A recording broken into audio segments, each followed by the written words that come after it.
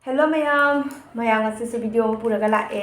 ado mayam ayujine sida gi parcel ma la ba adu ida loba chattuine ba mobile lagi dum ka khidro bani paisa cash darote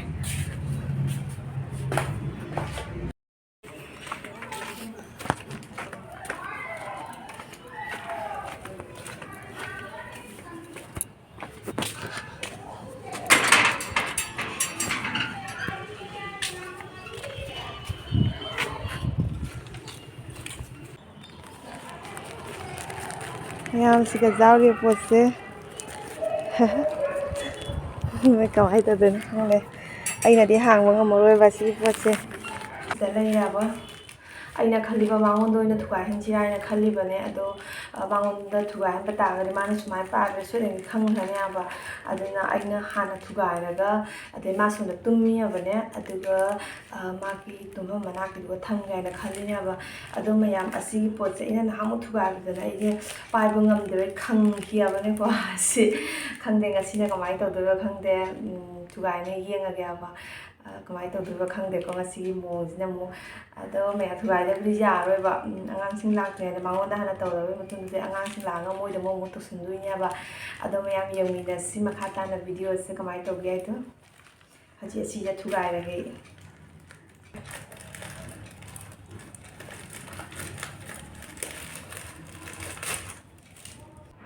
na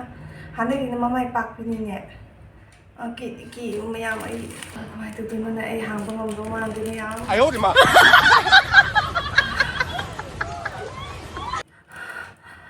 no ma de wa thawai dung dung la ko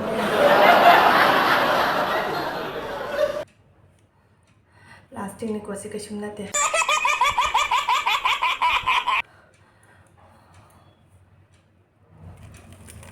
ma ki ya yo re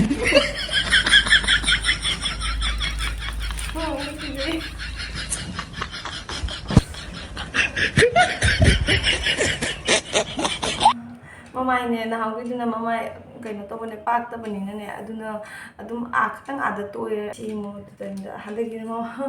mama yo pa ki bana lo e mo na go mama ki ayo de ma kapag to e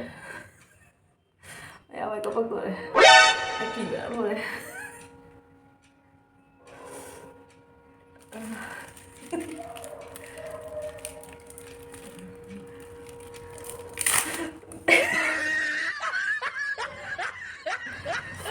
Mẹ ấy chín thì anh cũng nhà mà thay giờ plastic thì nó vô cái kỳ nó cái mẹ không làm mà giờ thay thì anh mới chịu cặp đi pita đấy kỳ anh mà pita đấy kỳ rồi ai kỳ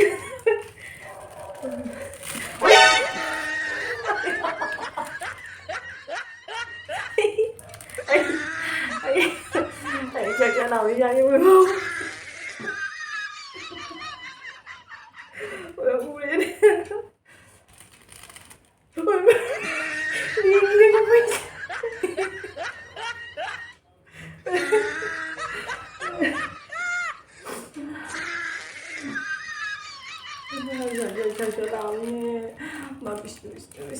Llore.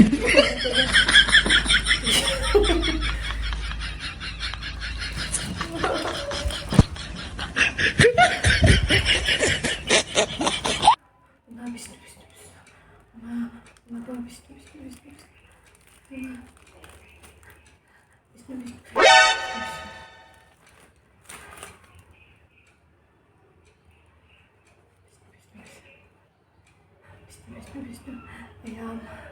siga leire khutna paiba sungam maroi ine maya ine ui si mi sache knom to khale ba sungam maroi khutna paiba mayam mai paiba sungam maro tuna ne ine knom to khale ba singa ta ki ge shu ai sa knom to khale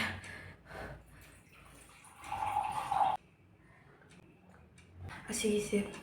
horen ai nupa gi ne ma ki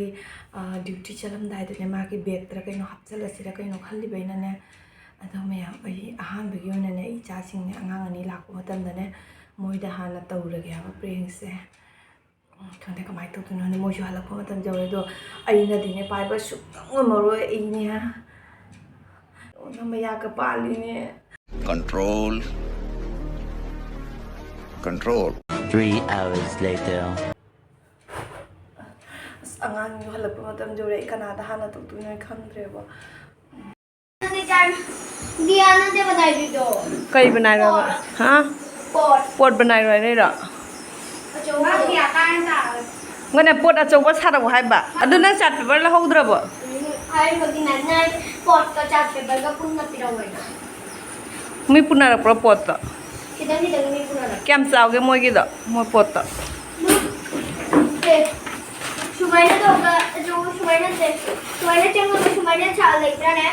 hang do nga ate gi kaya ba nga ko जो शुमाइना चल लगे शुमाइना लाप दो मधु pot तो pora wai ba adu mi gi puna ra ido thamam bro school da हाँ school da thamam ma chakhare school दा थम मगा के पीरा दिन चक्कर अरे चिक्का ना है तुझे akoi mun school da हाँ nang gi school chi kai rai de ra me ya muni gi ne ye ko ni muni gi si project se mami gi idri gi nu si ga लोगों का हुआ है karam ba subject ki no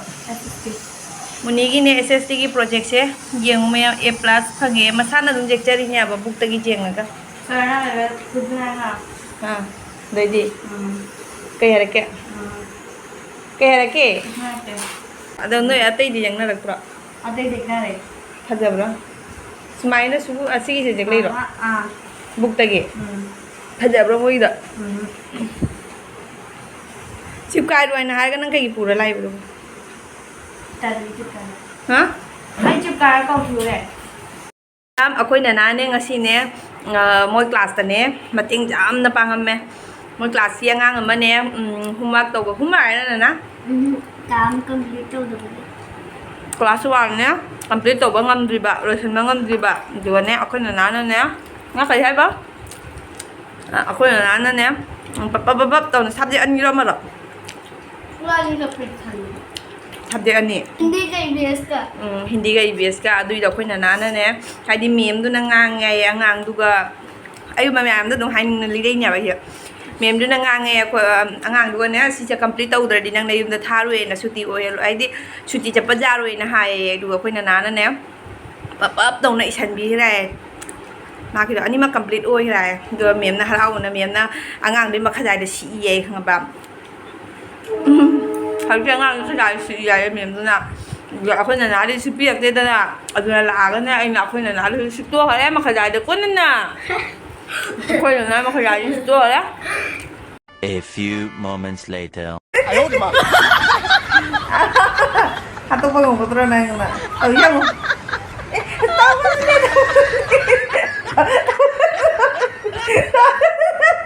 ꯑꯌꯣ ꯃꯌꯥꯝ ꯑꯩꯅꯦ ꯑꯩꯈꯣꯏ ꯅꯅꯥꯗ ꯍꯥꯟꯅ ꯇꯧꯔꯒꯦꯕ ꯍꯧꯖꯤꯛꯁꯦ ꯅꯨꯡꯗꯥꯡ ꯇꯥꯁꯟꯈꯤꯗꯣꯔꯦꯕ ꯑꯩ ꯁꯝꯅ ꯍꯥꯏꯔ ꯂꯣꯏ ꯐꯥꯒꯦ ꯐꯥꯖꯔꯁꯨ ꯃꯝꯁꯤꯟꯈꯤꯗꯣꯔꯦꯕ ꯅꯨꯃꯤꯠ ꯂꯩꯊꯔꯛꯇꯣꯔꯦꯕ ꯑꯩꯈꯣꯏ ꯃꯨꯅꯤꯁꯨ ꯇ꯭ꯌꯨꯁꯟ ꯆꯠꯄ ꯃꯇꯝ ꯌꯧꯁꯜꯂꯛꯇꯣꯔꯦꯕ ꯑꯗꯨꯅ ꯍꯥ आई वो खंडे ꯑꯩꯈꯣꯏ ꯅꯅꯥ ꯃꯥꯅ ꯄꯄꯥ ꯏꯕꯦꯡꯉꯣꯟꯗ ꯀꯩꯅꯣꯝ ꯍꯥꯞꯄꯅꯤ ꯂꯧꯊꯣꯛꯆꯣ ꯆꯦꯟ ꯃꯃꯥꯡꯒꯤ ꯆꯦꯟꯗꯨꯒ ꯑꯗꯨꯒ ꯅꯠꯇꯦ ꯑꯃ ꯆꯦꯟꯗꯨꯒ ꯀꯩꯅꯣꯝ ꯍꯥꯞꯄꯅꯤ ꯌꯦꯡꯅ ꯉꯥꯈꯣ ꯃꯃꯤ ꯁꯜꯂꯨ ꯂꯧꯊꯣꯛ ꯌꯦꯡꯉꯣꯏ ꯁꯔꯄ꯭ꯔꯥꯏꯖꯅꯤ ꯃꯌꯥꯝ ꯌꯦꯡꯕ ꯌꯥꯗꯦ ꯂꯧꯊꯣꯔꯛꯑꯣ ꯌꯦꯡꯕ ꯌꯥꯗꯦ ꯄꯥꯏꯔ ꯂꯧꯊꯣꯔꯛꯑꯣ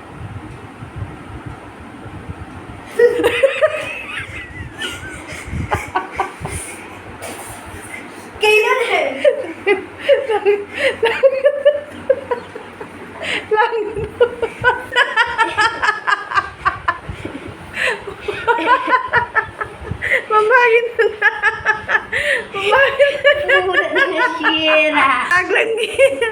Nang di post na na. Mukhang mo doon. Sana tahu na sana mamagi sana tahu no mai sana tahu. Jadi sana tahu sih. Anak nang wala magi. Nang di luar na ko.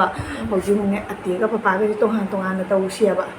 Ato kamay to siya ati. Ikhang ya tegi pasti rum juga pulang. Sirim dia pura kamay to tayo mo. Sirum juga pulaga. 친구가 안돼요. anh thiện con là một bác xoay xoay đâu sẽ nó toàn nó mà internet. bà lầu đấy cái đường đấy kia nó mà lầu cái được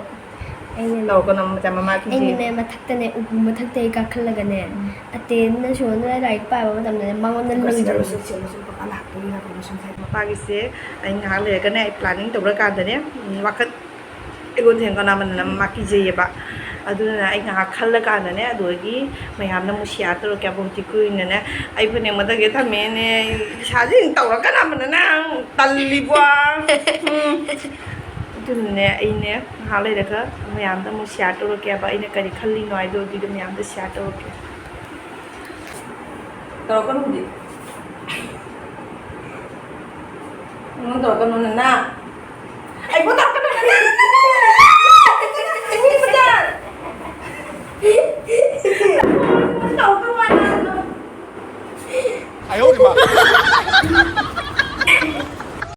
anh nó lẩu ông con tạo để má xuống đấy chơi má xuống đấy thua lo gì người với tàu chiêng quên là nó nè quên là ui má kẹo phải cho nó thầm vào nó nó cái lắm sợi có tông thơm mình nữa nè Mana apa do papa dia tahu dia na. kẹo phải cho nó hoa nè quên là nó sẽ xinh ở bên nè mày yang ngasai gini aku ina nagi pot jauh pot dari rawai na hai bedo adu hido hujik chatlaga ne papa macha chatlaga puraga la eba ado asigi se lupa humbu tare eba ne ado mayam aina hainingi bai bu ne ko asugumba pot chi di dukan lagi aise ko adu mayam da sudum khanghaning ba haitare ko to asigumba pot chi di ready made ne aba natra asigumba se school lagi haibam thokta bani aba angang sing da moigi hayange moigi oina di project pirak pa haidi jaha ta ha do togoda bu oiraga di ko jum dagi sagada pugada ba masana sagada ba hai sa haidi khangjengada ba haijengada ba adugumba pot to oina hairaga dine ko ko ju dum tawningi dana asigumba alai ba pot chi di jengwa si lairaga moigi school du adum thamdoi ni aba do asigi project sing dine poro haina haidi se ase ai gi wakhal gi oina dine ai di khara janingde aba sigi pot che lupa humbu tare aba paisa gi wari na te ina ai se mayam ko aina khatang nungai jadabdo adu mayam da haibane aba